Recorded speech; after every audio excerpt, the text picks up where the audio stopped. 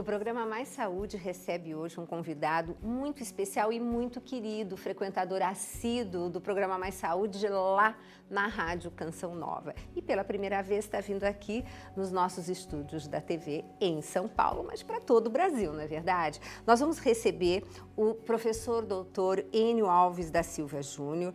Ele é doutor em microbiologia pela USP, diretor do laboratório CDL da Proalimento e ele é o consultor da Anvisa para a Copa de 2014. Depois a gente vai conversar um pouquinho também sobre isso. Enio, muito boa tarde, obrigada pela sua disponibilidade agora na TV, né? Boa tarde, doutora Gisele, é um prazer estar agora na TV com você. Pois é, o professor Enio, ele doa todo mês um período dele de horário para estar conosco ao vivo lá na Rádio Canção Nova, aqui em São Paulo, pela Rádio América. E nós já falamos de diversos temas que eu acho interessantíssimos estarmos repetindo aqui.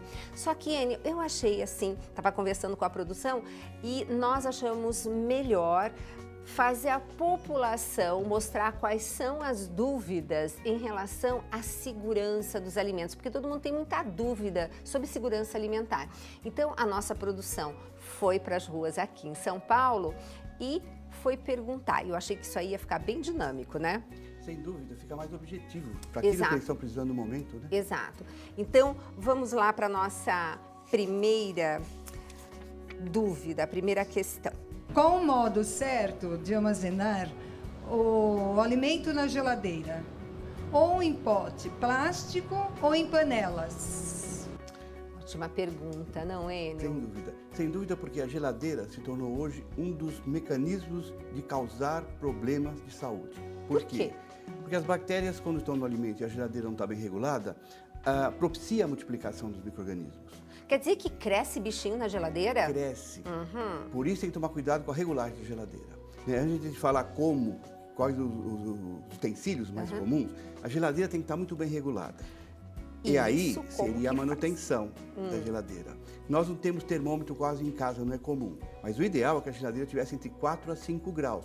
Para nós é difícil calcular isso em casa. Mas de vez em quando chame algum técnico para ele melhorar a potência do motor e fazer com que a geladeira realmente gele. Eu aposto que agora eu vou fazer uma pergunta para você.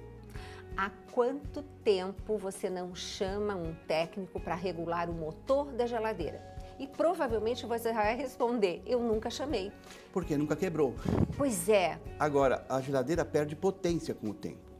Certo? É que nem micro-ondas também. Vai gastando uma parte do motor. Então ela começa a ter menos potência para fazer o gás circular e gelar. Certo. E a gente pensa que está igual, então não é assim. Perfeito. Tá? Então esse é um problema, manter a geladeira gelada. Na temperatura adequada. Se ela ficar muito alta, quanto mais alto, acima de 10 graus, por exemplo, a bactéria vai multiplicar com muita rapidez. Então o alimento hoje está com um número X de bactérias. Amanhã, isso aí vai triplicar e depois da manhã mais ainda. Mas olha, qual é o utensílio mais indicado? Seria o vidro, que é o ideal. Seria algum tipo de plástico inerte, o que é difícil encontrar. Exato. Né? A maioria desses plásticos, Tupperware, essas coisas, hoje conhece-se que tem toxicidade, né? Existe bisfenol, existe algum problema. Exato. Você sabe muito bem como isso acontece. Panela de alumínio não é recomendado. Por quê, Enio? Porque muita gente ainda guarda alimento na geladeira na panela. É justamente para evitar sujar o utensílio, né? Evitar trocar de um utensílio para outro e aumentar a manipulação. Mas hoje pensa-se que o alumínio também solta. Solta e vai para o alimento e pode ter uma contaminação química. O excesso de alumínio às vezes está associado ao mal do Alzheimer. Exato. Mas não é indicado, mas se faz isso. O inox até pode, porque existe muita travessa de inox que se usa muito. Exato, a travessa de inox. Mas aí a gente coloca o alimento sem cobrir? Olha que interessante. Pode colocar o alimento semi-quente na geladeira. Não adianta pôr muito quente, porque você acaba forçando a geladeira. O ideal é tirar do fogo, esperar o que os cozinheiros chamam de perder a quentura. Né? A hora que você consegue colocar a mão na travessa, está a 50 graus. Aquela coisa que botou, tá quente, mas ainda dá para pôr a mão. Coloque na geladeira em assadeiras rasas, de inox ou de vidro, e sem cobertura. Porque se você cobrir, você vai fazer um vapor, o calor não vai sair. Então não vai resfriar. Aí depois de 1 a 2 horas, você pode colocar a cobertura na geladeira. Agora, Enio, provavelmente a telespectadora deve estar se perguntando, mas eu posso colocar alimento quente na geladeira?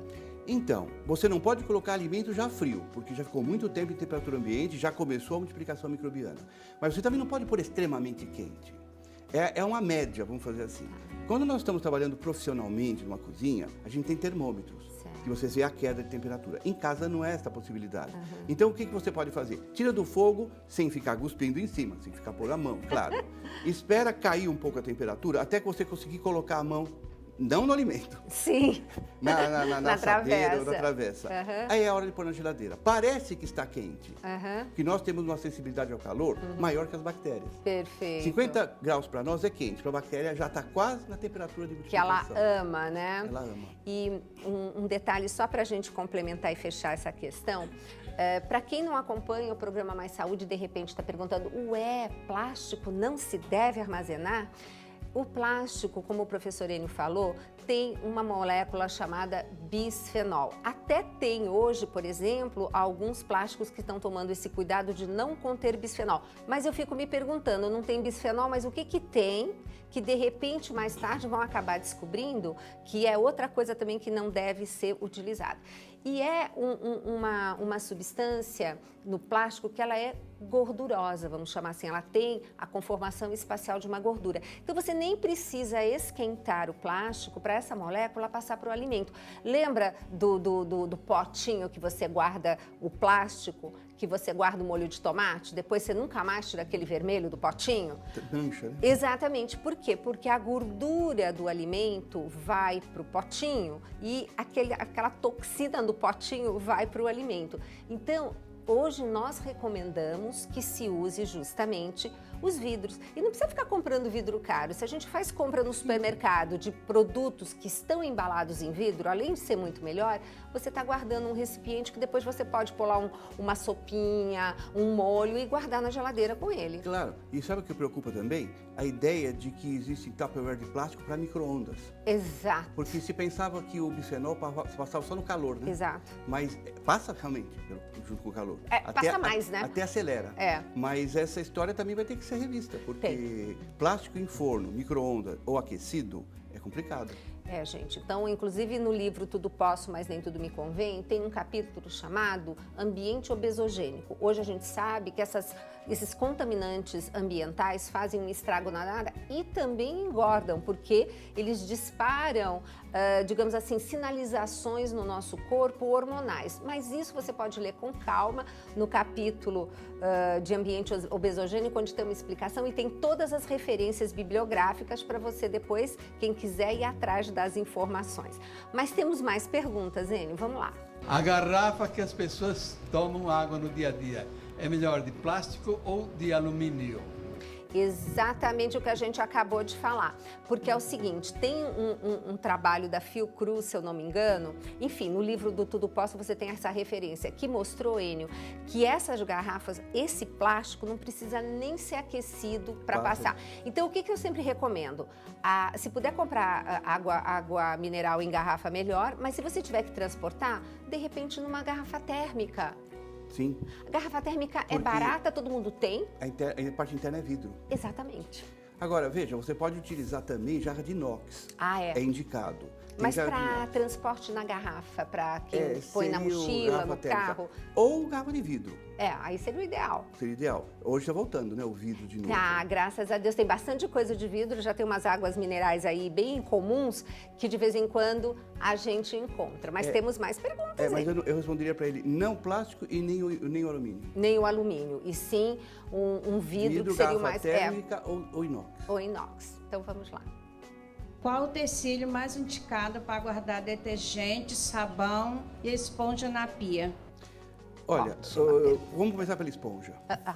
Né? A esponja não deve ser guardada em nada. Sabe aqueles porta-esponjas que tem? Inclusive ela tem uns furinhos para escorrer água. A esponja, depois de usada, tem que ser muito bem espremida, vamos dizer assim. Lavada, né? Porque ela já é lavada. Depois a gente vai falar que ela pode ser desinfetada. Tá. Espreme bastante e coloca numa parte onde pode continuar escorrendo água e ela fica seca. Nunca deixar a esponja dentro de potinhos plásticos com detergente nem sabão. Isso forma um sopão. Esse sopão vai acumulando matéria orgânica, vai acumulando o resto de alimento. O que acontece? Você acaba transferindo mais gordura e mais proteína e carboidrato para outro... Então você suja mais do que limpa. Então a esponjinha hoje é um problema muito sério. Então mantenha seca. Se possível, uma vez por dia, se usar muito, ou uma vez a cada 3 dias, coloque a esponjinha em água fervente, ou seja, põe água no fogo, uma panelinha, coloca a esponja. Levantou fervura, 2 minutos. E põe o detergente? Não há necessidade. Nem precisa, só água? O calor é o melhor bactericida que tem. Olha, mata que mais. bárbaro. Então mata quase tudo. Então depois você espera esfriar, claro, né? Para pegar a esponjinha, espreme e guarda no lugar seco, ou seja, não imerso em nada, a esponjinha. Tá certo. E nós temos um capítulo no livro Escolhas e Impactos, Gastronomia Funcional, onde nós falamos sobre justamente segurança alimentar. O professor Enio fez a gentileza de revisar esse capítulo para mim, até fiz um agradecimento especial para ele, onde nós temos várias informações desse tipo, né, Enio? Sim. Que pode complementar muita coisa. E o que é bom é que esse livro você pode estar adquirindo aqui pela comunidade Canção Nova, no 0 Operadora 12 31 86 2600. E por que comprar esse livro aqui pela comunidade Canção Nova? Porque aí, Enio, temos um departamento chamado Departamento da Vídeo Audiovisuais, onde o pessoal pode comprar material de evangelização, os meus livros, os livros do rock, palestras nossas, e todo esse material comprado pelo Departamento da Vi reverte para a obra que se chama Projeto Dai-me Almas, porque todo mês o projeto é atingir 100% da despesa daquele mês na comunidade. Então a gente fica naquela briga de atingir os 100%. Então essa é uma maneira do pessoal também fazer o seu algo a mais. Mas olha, nós temos várias perguntas ainda, o professor Enio vai estar aqui respondendo pra gente. E continue aqui conosco, nós vamos para um breve intervalo, mas nós voltamos já já.